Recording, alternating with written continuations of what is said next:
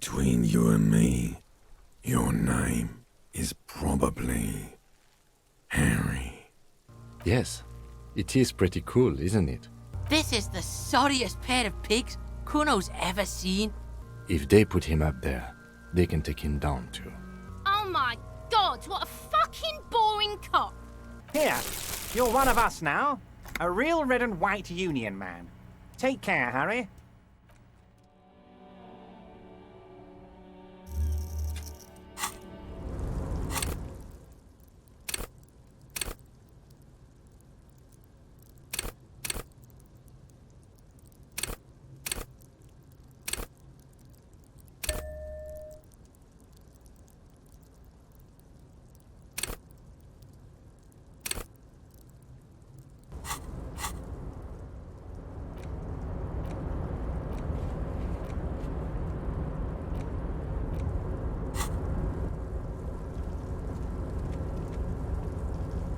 Container, container, The accent is so... container.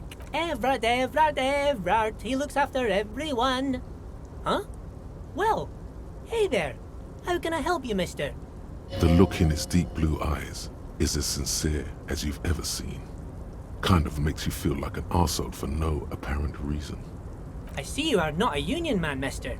Did you get lost? You're not one of them scabs, are you? I mean, I don't personally mind. Folks is just folks, you know, and folks gotta eat. Just some of the other guys don't look too kindly on the scabbing kind, if you know what I mean, mister. Oh, I'm just making some covers for them containers here. Yes, I am, yes, I am. So it's easier for the crane operators to spot them. Sure, mister. About what? Oh, most of the guys are down at the gates, keeping the scabs from coming in. We're on a strike. The whole union is. You don't have to work when you're on strike. Ha! We haven't worked for 2 months now. So no one is working? Not everyone is down there, of course. Mr. Everard is in his office, where he always is. And Jean-Luc is guarding the gate. But Titus and his boys got into some drunken trouble and Everard sent them on a nice vacation. For a week or so. Oh, I'm not really supposed to talk about that. That's union business. Him and his boys stirred up something in town. Probably drank too much and got into a fight or something. I heard Mr. Everett telling them to take some time off. Don't go all bad cop on this simple, friendly fellow.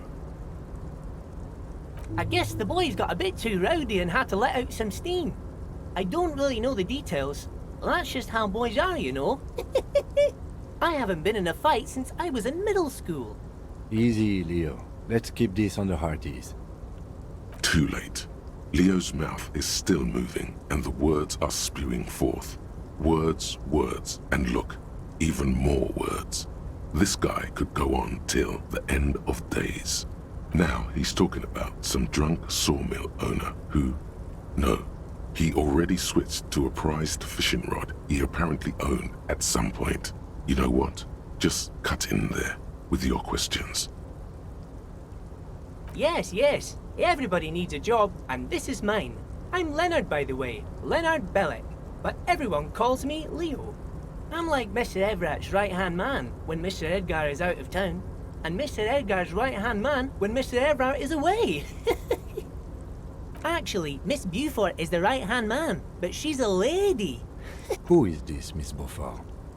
A real pretty lady with a skin like those Douai Sucre candy bars my missus likes so much. Them are real nice to suckle on once the dinner is done and me and the missus sit down beside the radio. But I can't listen to the radio all the time. There's so much to do around here and I'm always busy keeping things running here. Yes I am, yes I am. Oh, Lizzie, she is a real sharp tool. Mr. Everett put her through some fancy school and everything, east of the river. 4 years she was gone, and when she came back, she was all fancy and lawyerly. But she's a real nice girl. Grew up in this here neighborhood, knows everybody and gets along with everyone. Real pillar of the community one day, I'm sure. For a fraction of a second, there's sadness in his eyes.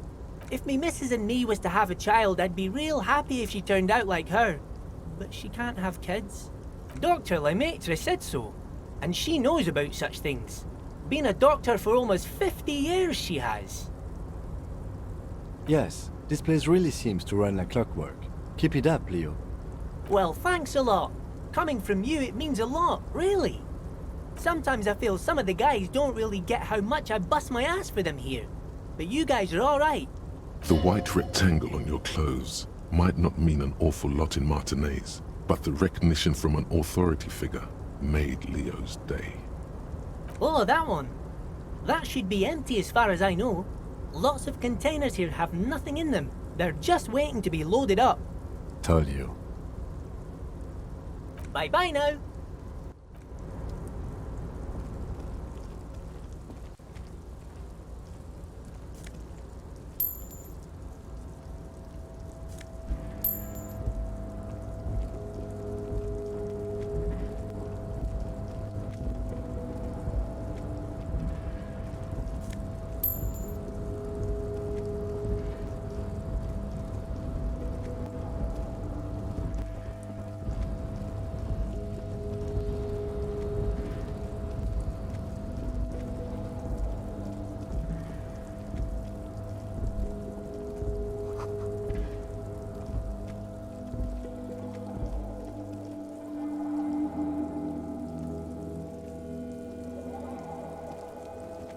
This is the night watchman's booth.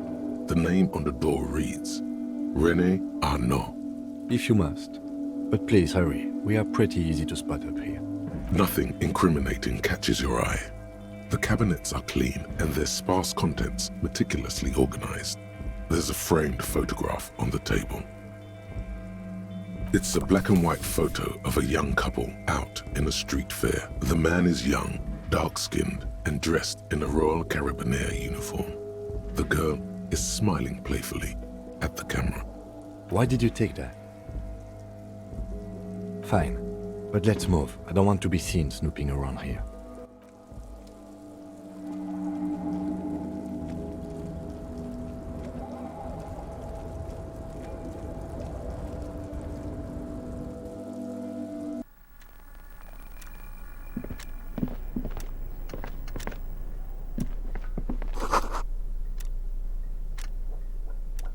On second glance, someone has forgotten to properly close one of the drawers. It's unfortunate for the Union to just leave their paperwork lying around like this. Let's see what's inside, he thinks. The drawer opens smoothly. Inside is a well-organized selection of brown folders. Hundreds of documents containing logistical data.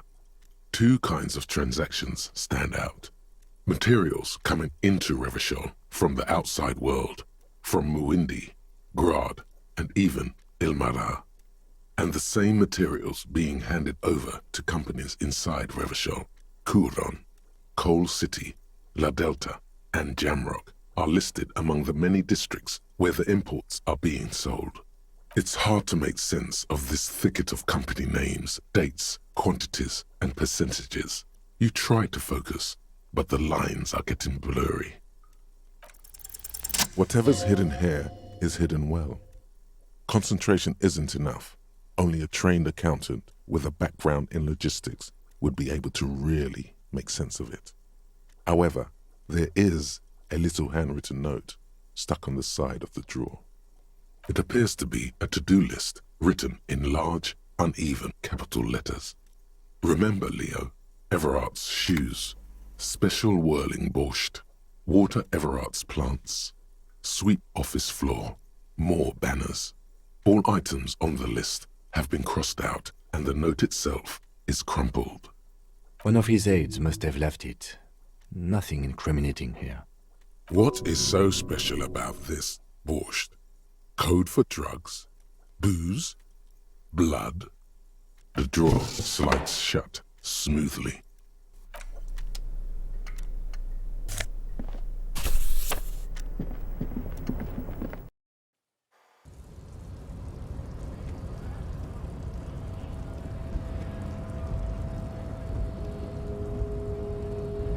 Do not presume this has drastically altered our race dynamique. True. I said nothing about our personal dynamic. That has altered. A little. He means very little. So it was. You bested me in race combat to reach my superior, then had him give me an order. I salute your cunning, enemy. I will go and remove the body from the tree with my bare hands. You're so noble, Measurehead. But while I am gone, someone must stand guard on the bridge. That someone needs to be you. Both of you. That would mean you're openly showing the people that you're taking the Union's side. This is the uncomfortable result of not taking it down ourselves. I can live with a compromise. Listen to your little friend. He is wise in his childlike way. Babe, see that they stay here the whole time.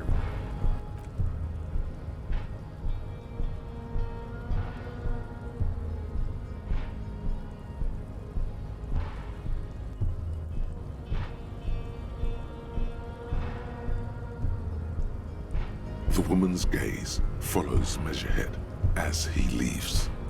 So, you guys are like cops or something? Cool. I like men with guns and power. I'm Katya, by the way. You hear that? That sound. He's breaking something. Yeah, Jean-Luc must be really tearing it up over there. I wish I could see it. Look at you! RCM rent-a-cops! Guarding that bridge like Everott's lapdogs! Is this where it's at now? The RCM is for sale! And who are you? What is your business here? Why are your clothes 4 sizes too small for you?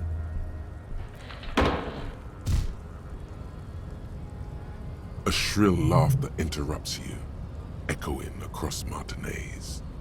Then, the man turns to look behind him at the behemoth appearing around the corner, approaching him, walking past him.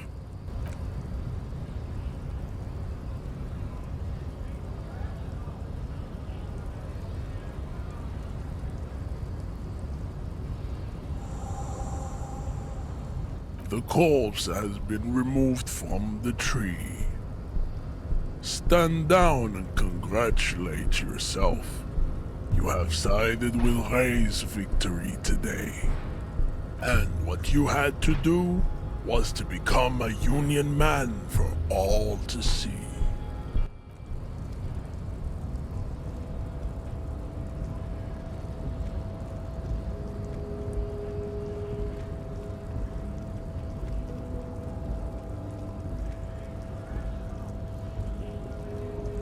So, how'd you like our harbor? It's but a rest area on the path leading across open plains. Right, you talk to the boss, eye to eye, like men of the plain. If you have any more questions, I'm set to talk. A key, huh? What door is this key supposed to open? Oh, say no more. I got you. I got that key right here. And let me tell you, it's mighty good of you to help us out during the strike. Working class solidarity, as they say. Oh, so the none of the above type, are you? I get it. I like to keep my distance too. But it doesn't matter. It's a good thing you're doing. Thanks. What you're looking for is a basement door behind the greenhouse. That's behind the Whirling in Rags. That's all I know. Our organization is what you call compartmentalized. Means we keep out of each other's business. Okay, but where did you get the key from? The janitor gave it to me. Nice fella. We talked about life and things that really, truly matter. None of this mess we're in. This jiving and juggling. What's it for? To feed our children, I guess. I'm more of a philosophical dock worker. I like to talk about the big picture stuff. Who I am, who you are, what we are fighting for.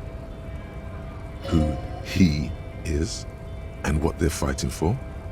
This is interesting. We're negotiating our share. Aye. All of it.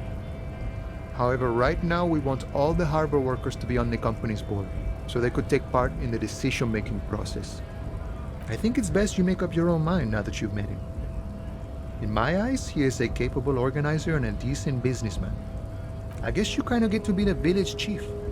He oversees the harbor, makes deals with the owners or other relevant parties, watches out for his own. By that, you mean corruption? By heavens, why would he not be corrupt? We live in a harsh and disordered world, see? And in this world, the old man is corrupt for our benefit, and we know it. Appreciate it even. He is, personally, not too lavish. He is reasonably lavish, sure. That's his prerogative. It's not like you want a saintly demeanor on a corrupt motherfucker. That would be a manipulative illusion. Besides, there are no non-corrupt systems in the world anyway, and moralism is the most corrupt of them all. Not you would like to say. But then there's that weasel door. Sure thing. What is this? News of the world? Talk about personal stuff. Get to know him. Call me Mañana. I'm just a humble harbor worker for the past 6-7 years. Not a given name for certain. It's a taken name. The kind for artists, or criminals, or revolutionaries and the sort. An alias. A nom de guerre. A name worthy of the man who holds it, friend. Names are important. Plenty to go around. Don't get greedy and try to swipe mine, though. You got your own. A nom de guerre would be more like Guerra Mañana.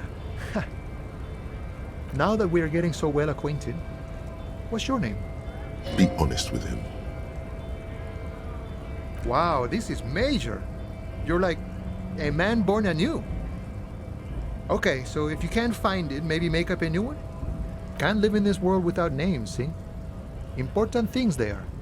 Vessels of the soul. More a poetic thing.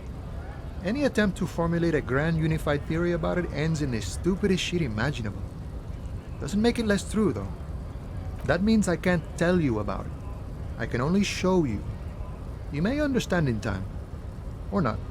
But it might be easy enough. Words guide our life. We commune with each thing through its word. Every word is also a name, is it not? The man whispers a jaunty tune. A coastal breeze ruffles his hair. The mercenary, eh? Who could have killed him? That's indeed the question. Why even do such a thing? What a thought! Why would noble workers resort to such a thing? Unless they were pushed, of course. Your dead guy was an enemy combatant. He was an agent of the opposition, attempting to undermine our honorable efforts. I ain't the murdering type, but that's just me. Large organizations like our union have all sorts of men, with all sorts of skills. He means a more violent faction could easily take care of such a thing. Understood. This has been of limited use. Still, thank you. No problem. I wish the best to you in your search. Sure, I'm glad it's not my search. The encroaching doom is golden red. It is inside you, but also outside, on the horizon, by the water's edge. Innermost, but yet to happen. Things make sense from that angle. You're Tequila Sunset. You have been Tequila Sunset for a long time now. What's there not to want? It's got range, meaning, layers, colors, associations, the whole works. Boyadero! You see his eyes turn teary with appreciation. He is extremely happy for you. You receive a good, strong handshake in return. He takes a swig from his flask, then offers you some. The idea of alcoholic swill sloshing around in your bloodstream feels fairly unappealing. And then we might go wild together, which sounds fun. But I guess I have a strike to watch. So, anything else you wanted to discuss, Boyadero?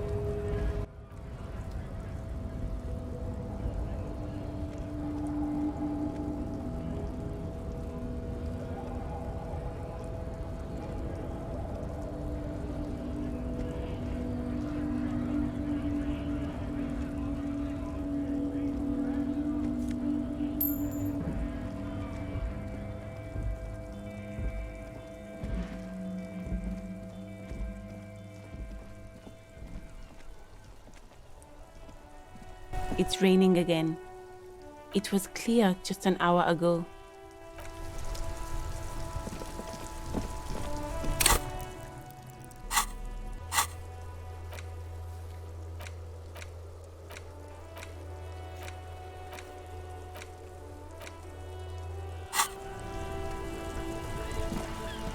Inside, you see a set of steering levers, a radio microphone, a pull-out toolbox, and the soft glow of the fuel preheater gauge.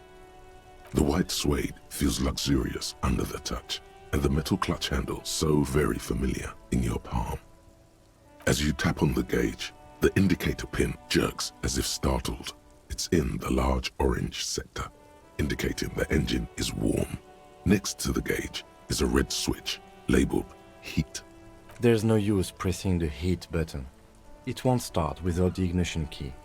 Translation: we're not going anywhere right now. Alternative translation: don't even think you can drive my MC. A metallic drawer slides out from under the seat and clicks into place. The tools inside are neatly organized. Take what you need, officer. It's going to be a long case. I'm not protective of my tools, like some men are. He's clearly a little protective of his tools. But what can you do? Work is work. The pry bar feels nice and cold in your hand, heavier than you'd think. Cold and heavy, like truth. You feel like you're reunited with truth once more. Useful for opening all sorts of doors and lids. The handles are long and sleek. Snap, snap, go the cutters in your hand. It's robust, weatherproof, and well-made. Police issue, blue. Lets you see things in the dark you would otherwise miss. The pull-out toolbox slides back into its nest. Preheater gauge casts a warm glow on the steering levers and the radio on its hook. This is Precinct 57. How may I assist you? Of course. What is her number, officer? Yes, hold on. Her number is 005 1944 298. Received. Hold on, officer.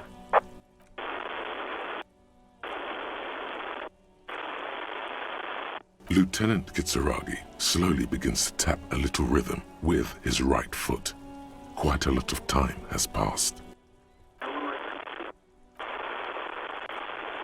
Officer, I have Sylvie Malaika on the line for you. Yes, hello? Oh, right. Hello, officer. What can I do for you? You can hear resentment in her tone. She's not thrilled to be talking to you again. There is no resentment in her tone. She wants you to ask her out. No question about it. No, not me. What? Of course it bothered me. But I thought the union already knew about the court. No one calls the police. The union would get angry. You know, what the union says goes. People listen to them and they take care of their own, which is like everyone here. Garbage. I didn't want to get in trouble with the others. Push her further. Show her the error of her ways. No, don't push her. It sounds as if she's about to cry. You do? Oh. What else can I do for you? No, sorry. I don't. Not a lot of people have phones around here. Copper thieves take the wires. People don't have the money to have the cables put in again. They use the union's phone, or the one on the coast. It was someone else. We'll find them sooner or later, officer. It just might take a while. Yeah, go on. You mean, why did I leave the bar? Honestly, I'm not really comfortable discussing it with you, sir. Let's just say I left because I needed to get away from someone. You know whom. You think you hear a sliver of accusation in her words. Don't be paranoid. She's obviously talking about someone else, not you. I really don't want to talk about this. Let's just forget about this, okay? Maybe, I don't know. I just know I have to take some time off right now. I do hope so. Please, don't call me again. Bye. Yes, you have obviously done something to upset her at the Whirling in Rags when she was still working there. I'm not mad, it's just... You were so drunk and so emotional all the time, and then the skua thing happened. Just made me want to quit. The stuffed bird, the great skua. You threw it against the wall while screaming, "Fuck that bird," and laughing like a maniac. I think you said it had been giving you shit ever since you got there. Yes, well... Yes, obviously. You were the worst client I've ever seen. And I have seen so many assholes in this place. I've had sailors fighting, union guys grabbing my ass, kids stealing booze. Once a guy was glued to the karaoke machine every night for 2 months. But you, well, you were worse than all of them. Honestly, you were getting borderline aggressive. Even about little things like not turning down the volume at 3 a.m. I even liked one of those songs you kept listening to on repeat. No more. I hate it now. We Go On by the O.O. I can't listen to it anymore. You've turned it into a parody. To hell with that song. Then there was your room. Your project. An experiment to see how bad it can get in there. I tried to send the cleaner, but you wouldn't let me. Threatened to make me understand. I had no idea what you meant, and I don't want to know. And then you screamed something about the end of all times and how everyone is a piece of shit. And then I had to deal with your toilet, the one you clogged with police documents, causing water damage downstairs in the kitchen. I won't even mention you waving your gun around, harassing customers, threatening to sing karaoke, threatening to kill yourself. The ones I had to wrench out of your toilet. Damn it, I don't remember what I did to your damn papers. I don't remember every little thing I do. She's worried she might have accidentally done something bad. Then she remembers it's you. Especially when there's a hurricane loose. It's your fault for losing them, not mine. Something in you wants to immediately forget about this, as if there was a reason you threw them away. No, you really weren't. You were simply the worst. God, I knew I shouldn't have brought it up. Just try not to call me again, and let's pretend it never happened. You hear a sigh of relief on the other end of the radio. Wordless, the call breaks. Then, the already familiar voice. Anything else I can help you with, officer? 57's over and out. In the cabin, you see a set of steering levers. Tremble. The time is now. Ta'ola. Time for the show. For Ta'ola. The hallowed time of fear and disintegration. A countdown has begun. All will collapse on itself. The world will disappear into a single grain of blackness. All sound will be muted. All life will scream. Ulogu Theodos, Xeno Zausin, Ipoli Osithien. Time for the show. For Monday morning, the moment you arrived in this reality, are the first crack in the sheer face of God. From you it will spread. Yes, you spoke the words of the Palindropos and the houses of Pericarnassus. Items, people, even words will tumble. All will lose its meaning in the coming years. That is why you marked yourself. It's totally also a coping mechanism. So you should be. The world island crumbles at your feet, and in the far plain, Palindropos. Perhaps, just a thought, this has something to do with the hangover. The face of the woman fractures. There will be herd killing. We all become vapor.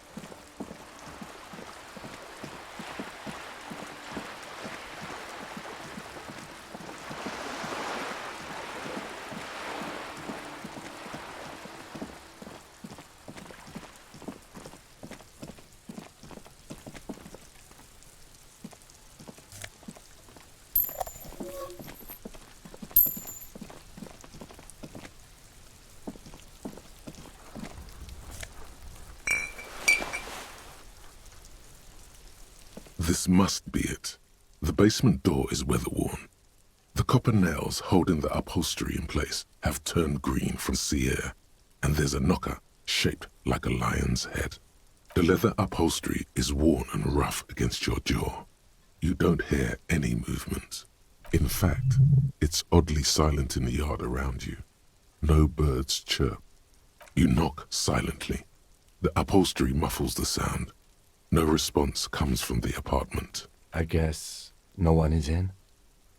Let's be honest. This isn't what I joined the RCM for, but every day tells you something new about yourself. Apparently, working with the local union boss to get info on an investigation is not something I'm squeamish about. I mind that the local thug is using the RCM for his busy work. But if this gets us to the bottom of this hanging, then I'm willing to look over it. On the other hand, we could just leave and tell Evrard we opened the door. No one seems to be tailing us to see if we actually did it. Yes, presenting a fabrication is known to get results here and there. You took this task. You make the call. The door is right here. You can just open it and be done with this. Besides, if you never open it, you're never gonna find out what's behind the door.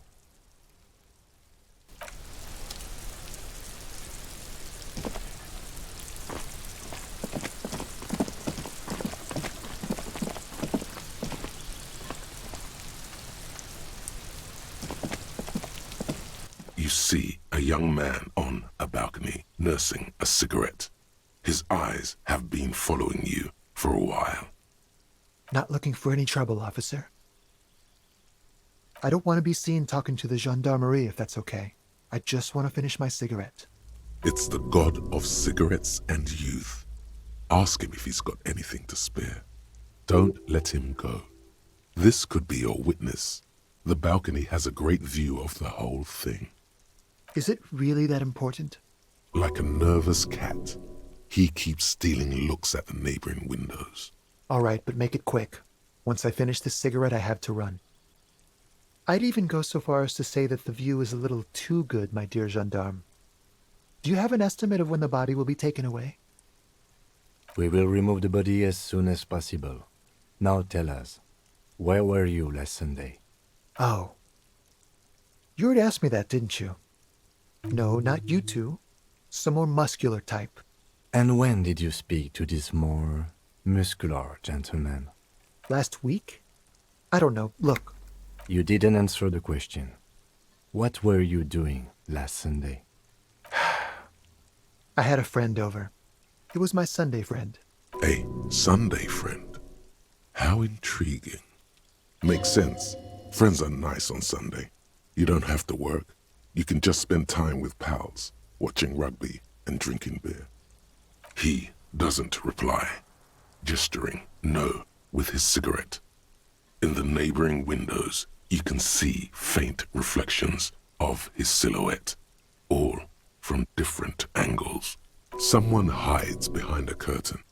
Those windows have eyes, and those eyes are watching, spying on you three. No. We won't. Now, if you'll excuse me, I really need to get going. This isn't the place or time for questions. Who knows who might be watching from the distance, hidden behind the curtains? For a moment, the man on the balcony seems almost vulnerable. Something moves in the depths of his feline eyes, compassion and a hint of understanding.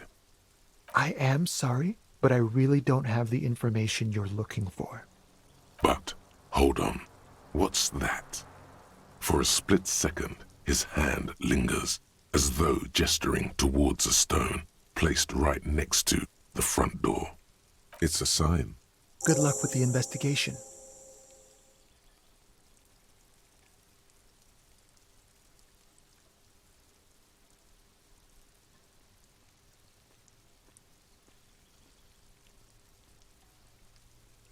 He's gone.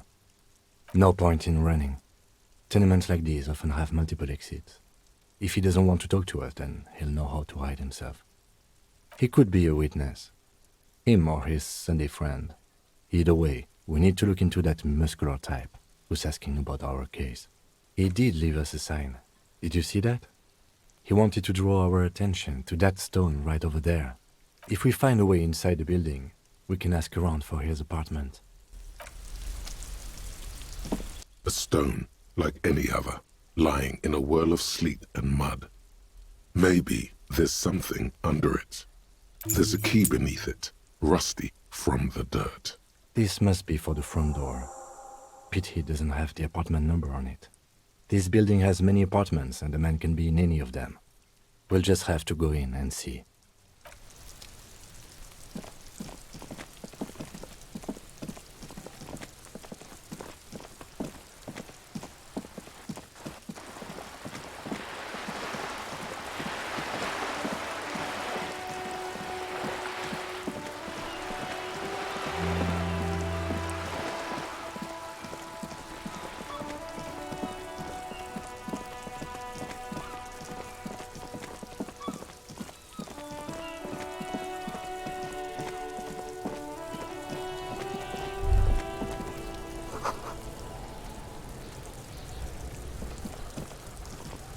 There are several footprints in the mud, left by work boots.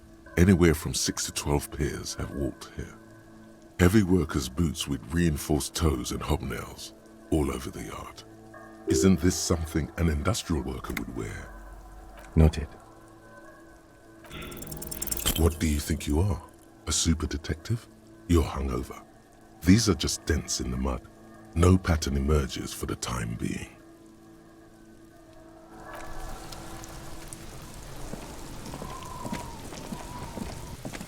You missed a good show before.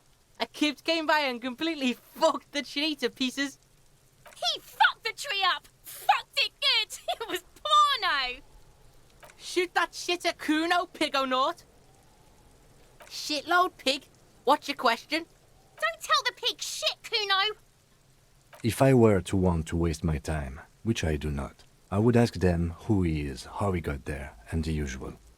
You have no idea what the usual is.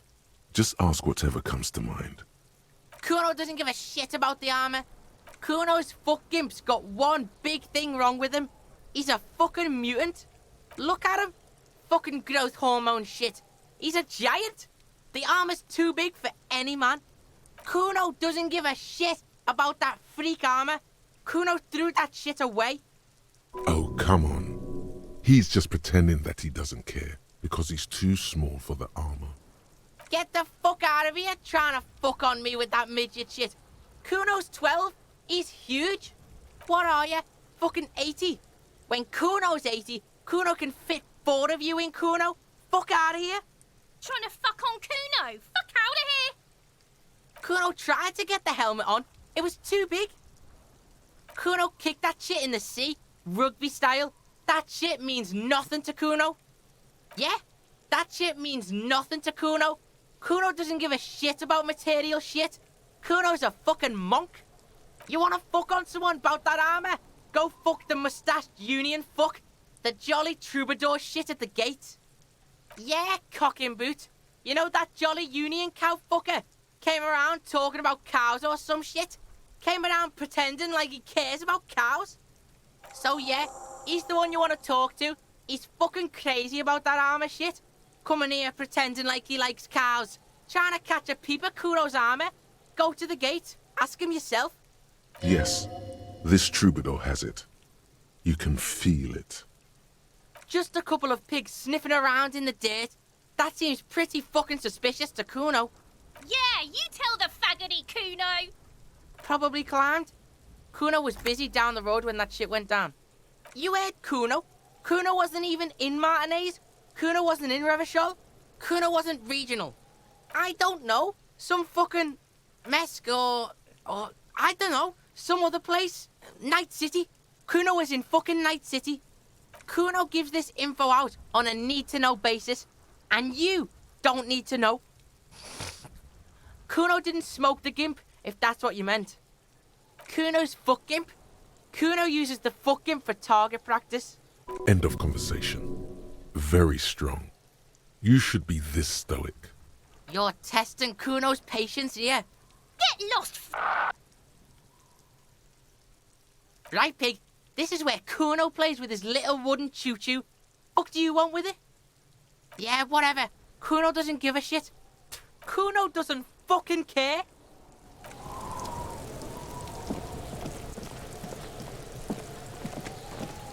This trash container is locked. The sliding lid has a padlock that says, whirling in rags. There's something in there, not necessarily connected to the case, but still. The body is downwind from here. Maybe you prefer the smell of garbage to the smell of death. Trash? Food waste from the cafeteria? They lock these containers to keep the derelicts from flocking in. Could be evidence too. What do you mean, feel? I agree. We should get someone from the remote viewers division here. All the detectives from all the precincts who experience extrasensory perception go to the remote viewers division. Their work is invaluable to the force. No, because they don't exist. There isn't, but we should still access this container. We could try using a pry bar, the one you took from my motor carriage, or... Did someone say pry bar? Pry bar, pry bar. Your palms yearn its cold touch, to grasp it once more, as you've done so many times. We might want to ask for a key from the manager of the Whirling in Rags. He probably has one. And he also has information. Ask the manager? Bullshit. Go straight for the pry bar and pry this baby wide open.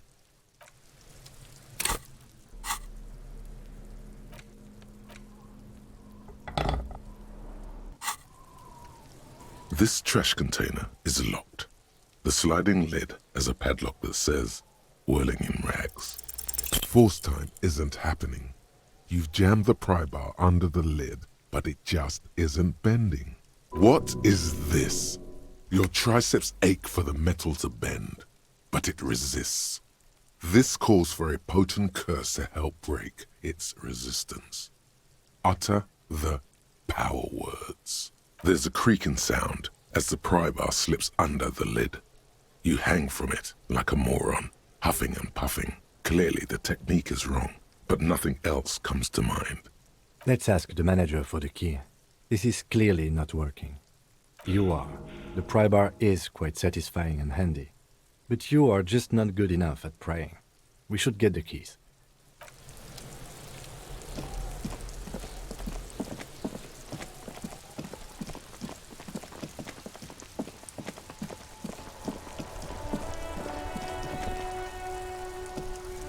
This Post Lavantorie mail collection box has been heavily vandalized with graffito. A closer inspection reveals 2 bullet holes in the front.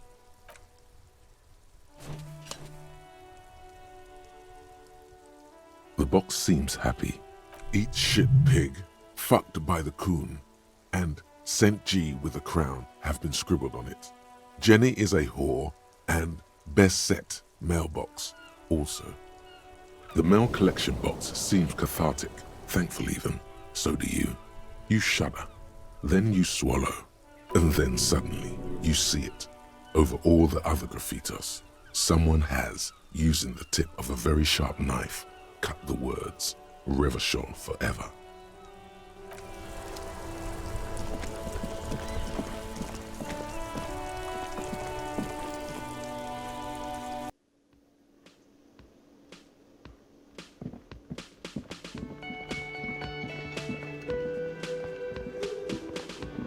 Can I help you?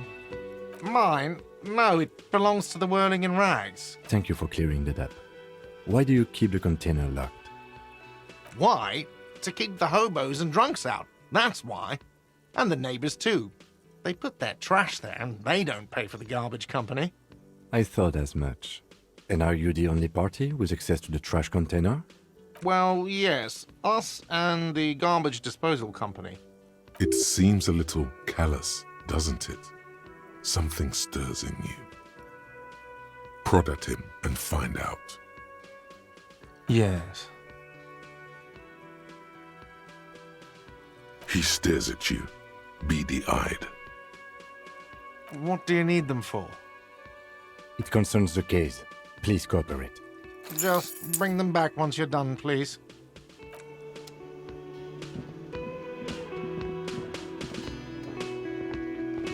Hello, sweetie.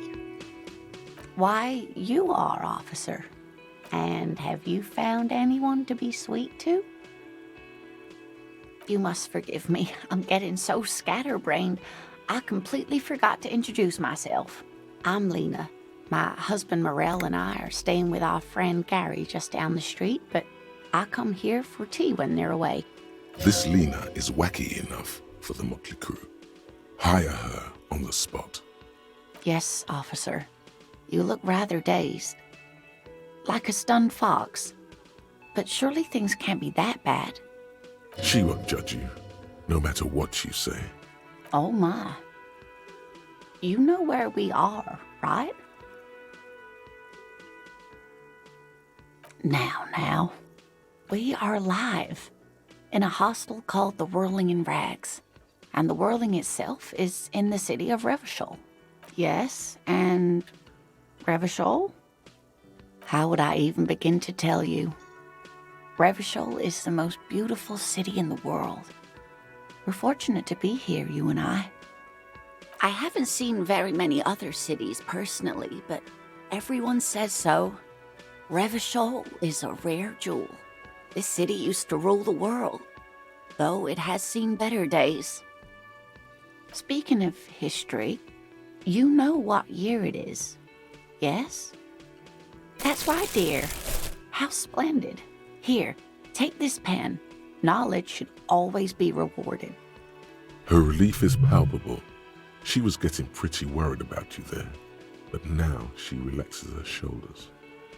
Outside, the melting snow seeps into the cracks in the walls and the cobblestone streets, all the way down into the sewers. Above ground, the first maybells blossom. You can feel it, a great cold. Then the shiver passes. I can tell that this is taxing for you, so I'll just ask one more question.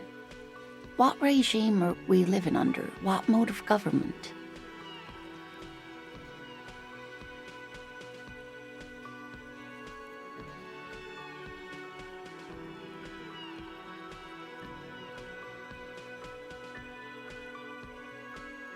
Oh no, nothing like that, dear. Revachol is a zone of control led by an alliance of foreign powers called the Coalition. We have almost no government of our own. Certainly no machines. Oh dear, this is troubling. You really ought to know that, being one yourself. There aren't any cops in Revachol, not in the traditional sense. The status of law enforcement has been a complicated matter since the revolution. But we should stop for today, sweetie. You look like you need a break. Besides, I'm not the best person to explain the big things to anyone. She's scared now. She's realized you really are brain damaged. Someone more educated in sweeping matters. Maybe you should ask. No. I'm not an encyclopedia. I won't be a guide either. I'm a detective. Of course. Then I don't know. Someone rich, maybe? Wealthy people are educated. Though I don't know where you would find a wealthy person in Martinez. Of course, dear. Good luck with your case.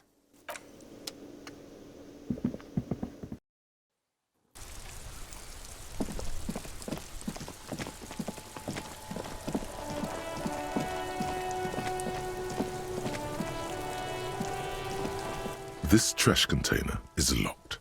The sliding with a well-oiled crack, the lock pops open. It should now be possible to simply raise the lid.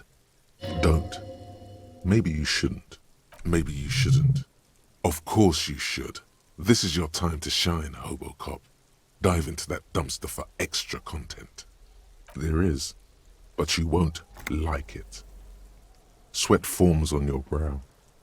Your hand is still on the lid. The smell of rotten food rises to greet you. You see soggy cartons, dirty rags, and organic waste. We're just in time. This hasn't been emptied for over a week. You see milk, An egg rest with one broken egg in it. Some pasta wrapper. A box falls into pieces in your hands. Batiste Soleil cereal. There are plastic pasta packages below. And turbo noodles. Nothing of note, however. Among the threadbare kitchen towels, something catches your eye. A pair of denim trousers. As the legs of the slime-covered jeans begin to unspool from the garbage, a rank corpse smell fills the air. The victim's clothes? Cadaverine odor is faint. If these belong to the deceased, they were removed when he was still in the early stages of decay. Drop them in here, officer. Guitar-marked blue jeans. Pockets empty or emptied. He wore them with a belt, too, a white belt. The loops appear stretched, but the belt is missing. That's it. Do you see anything else in there? I have another bag here. Something slimy catches your eye. A drab, long-sleeved shirt, olive-colored, appears from the food waste, dripping with pus. This is a military-type overgarment. No label or serial number. This is the kind of rib-knit shirt that's worn over light armor to conceal it in an urban scenario. Anything more? The rest of the rags are just kitchen variety waste. Just garbage. All right. We should go to Gart again and ask if he knows who put the clothes in the trash. It could be as simple as someone from the hostel cleaning the yard. Or that one. I'd advise against confronting that force. The fuck's he on about? Kids? You hear that, Kuno? He thinks you're an infant or something. See? Not really. All we know is the victim's clothes are in the trash, the lid was locked, and his establishment had the key. It's just a small loose thread. The lieutenant nods, then looks back into the trash container. It's just organic waste, cold and slimy on your hands. Apple and potato peels, mostly. Unidentified sludge, and the occasional chicken bone thrown in for good measure. But hey, nothing. It's nothing. Nothing more to see here. What's this? A blue piece of plastic sticks out from the apple peels. It's shiny. Looks like the corner of something. Something larger. A clipboard. A blue plastic clipboard with moist papers hanging from it. They look badly damaged, but you can still make out forms and notes, written in a man's handwriting. Officer, is that your paperwork? It is, look. The plastic has the RCM street grid on it. You've even got an autopsy form in there. If you don't mind my asking, how could you have let your paperwork end up in the trash? Well... His eyes express a rare condolence. Then he picks it up. Lucky we found it. You should take stock of what remains, just to be sure some has not made it into the hands of the RCM's adversaries. Organized crime and the like. There might have been police secrets in your notes. It would also not hurt to start taking notes on the case. Anyway, where were we? Wow, an Armistice caliber 50 knock cannon. Half wrapped in paper tissues. So shiny. Never mind. Look at that fat string of archipelagon pearls snaking amidst the banana peels. And is that Cordon Electric's preamp with Electra F2 tubes? It is. That catches quite a price. We're talking 12,000. Easy. Unless you're into hi-fi yourself. That's too bad, because none of those things are actually in there. There's just food waste and crisp wrappings. All you see is a broken mug with a racist depiction of the yellow man frolicking in saffron, only in its social sensibility. The container sounds a muffled gong. That's one thing off the list. I think we got it all.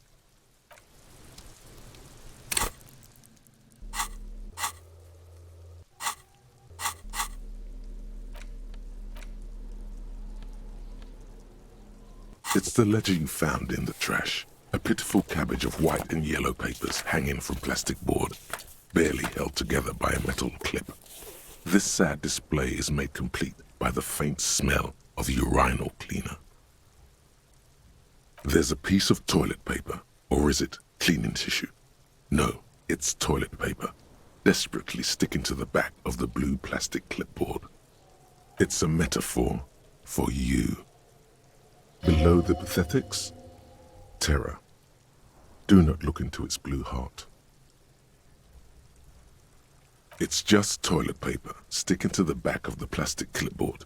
You can take it off if you want. Still wet, the toilet paper peels off the plastic easily. All you have to do is shake it off with your finger and voila! The ledger now looks marginally better.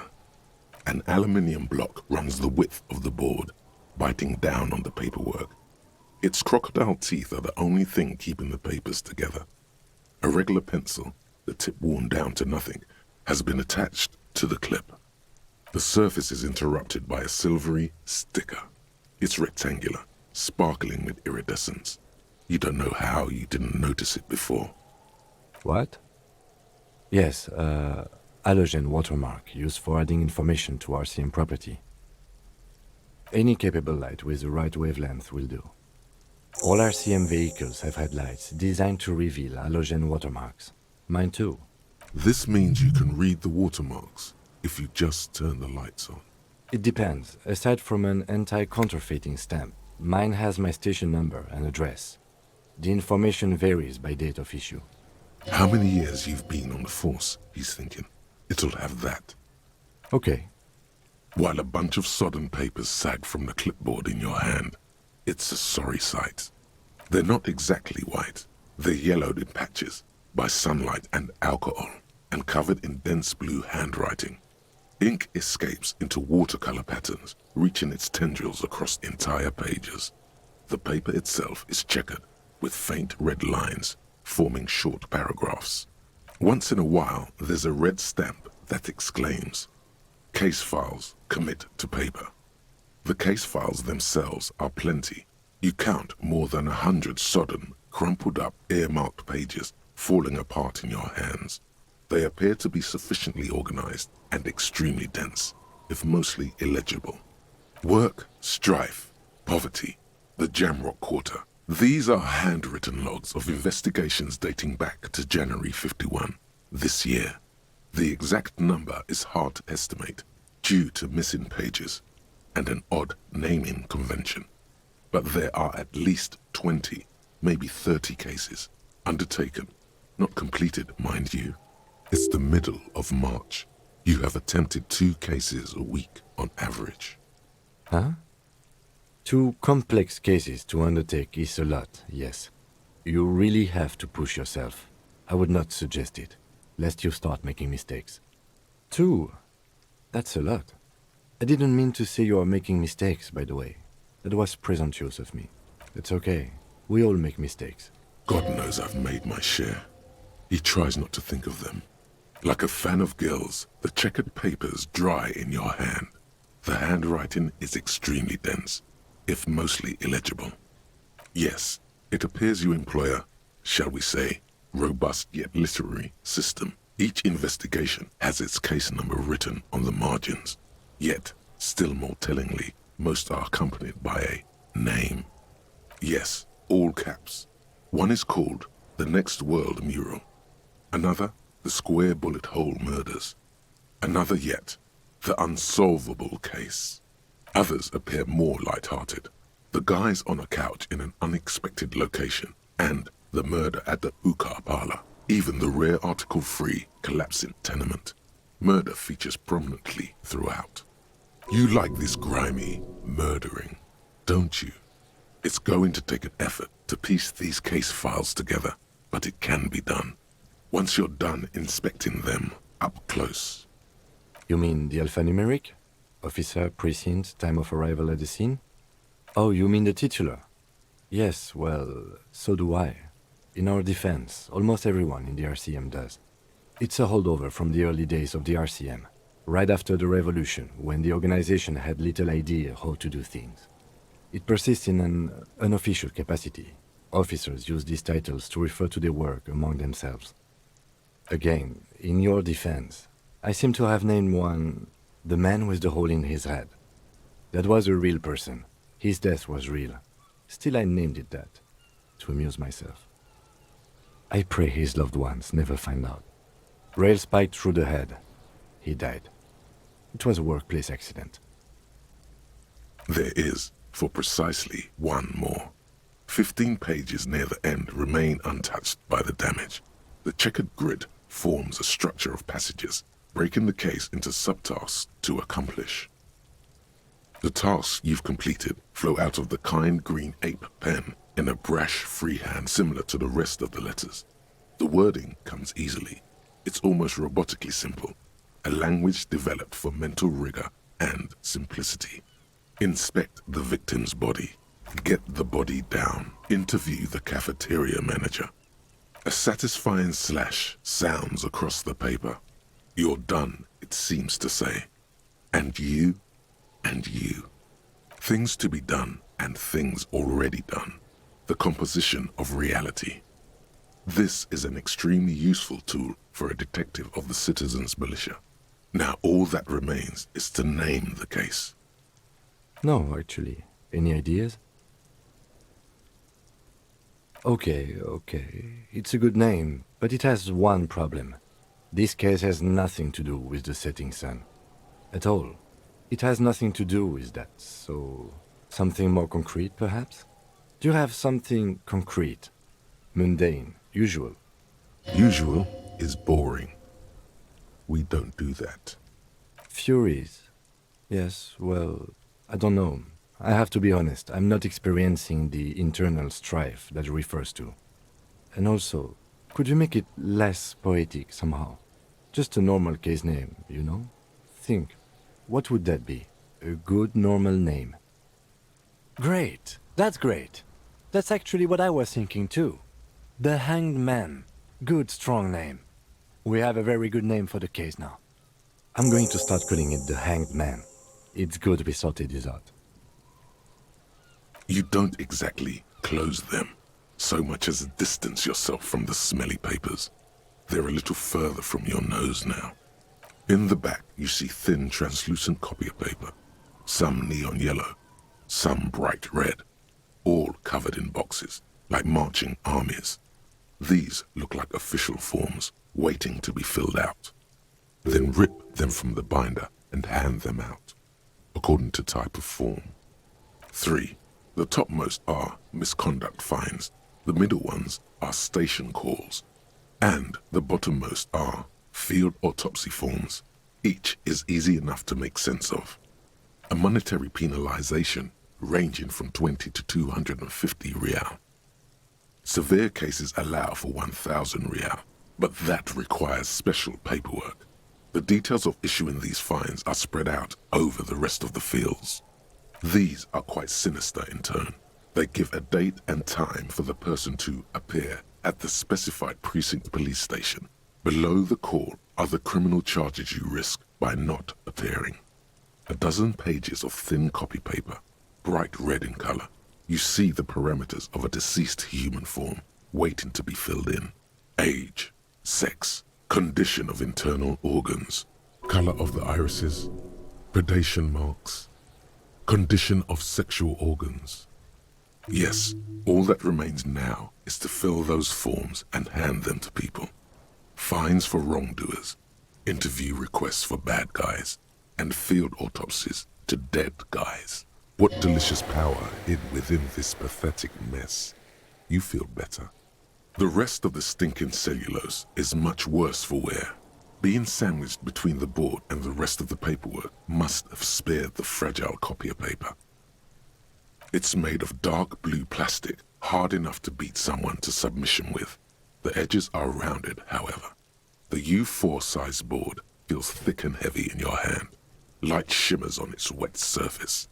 On the back you see the embossed letters, RCM. Blue. The blue heart. Don't look into it. Something rattles inside, ever so lightly. Is there a hidden compartment? The plastic shimmers like lapis lazuli, but it is not see-through. You cannot see to its center. With your hands, U4-sized pages hang from the clip screwed to the top of the board. Is not what you end up doing. You squeeze the plastic to slide it open, but nothing happens. Then you bend it some, then crack it. The goddamn thing is stuck. A hot flash of rage comes over you. For a moment there, before it recedes, you feel as though you might just squeeze a tear of anger out of your duct. Makes you wonder, why? It's unjust, that's why. You can't even get to that thing anymore. The ledger quivers in your hand. As it shakes, the pages rustle. This pathetic mess suddenly afraid of you for some reason. The acidic stench of rotting food is rubbed off on the cellulose. It now forms the base of the experience. This base surrounded by a faint air of spoiled meat, the stuff of death itself, and then sprinkled liberally with the citrus zest of toilet cleaner.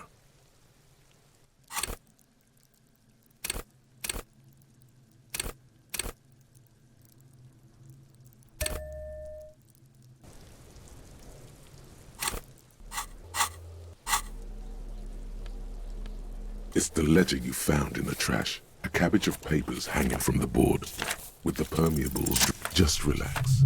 The two sides of the board are slightly misaligned, like a drawer that's come off the slides. All you need to do is bend the plastic on your knee, slowly. The slides snap back into place. It should be possible to just, without resistance or sound, the two panels move against each other. The compartment is now open. 2 ticket stubs and a handmade postcard. 2 octopuses are smiling, reaching their tentacles toward each other in the colored pencil drawings. The tickets permit access to the zoo in Revachol East. The aquarium costs extra. These let you go there too. Thin wax paper has been glued to a piece of cardboard. Sounds like leaves rustling when you pick it up. You see violet flowers, floral patterns, patches of glue. It smells of chewing gum, apricot flavored. A touch of cinnamon, the end of summer. You think the label says tutti frutti. Familiar handwriting lines the inside of the card, looped, round letters in a woman's hand. A young woman in her 20s. There is care, effort, and a smile, you think. Although that is not something you can read from someone's handwriting. Harry, it begins. You're already reading. I wanted to write you a letter so you can read it when you wake up. Maybe it will make you happy. Throw it away, please. Your hand shakes, holding the card. Every morning when I step out and you're asleep behind me, it says, I find a little piece of sadness in me. I carry it in my chest, down Voyager Road. Every step I take, it grows. By the time I reach the fuel station, it has filled me entirely. I step onto the light rail and look back. Sparks fall from the bow collector. I know it will be like this until late afternoon, when I get off the 42 and walk back to you. You. Every step I take will get lighter. It almost makes me run. Sometimes I do. I can't believe I met you. I can't believe the happiness I feel with you. You have a vast, vast soul, and I will always, always, always come back to it. Kisses, kisses, kisses. You feel the air sucked out of your lungs and the blood sucked out of your head. Everything around you gets dark. Small white dots appear. You feel the ledger slip from your hand. No, hold on. To what? There's nothing. Detective, is everything all right?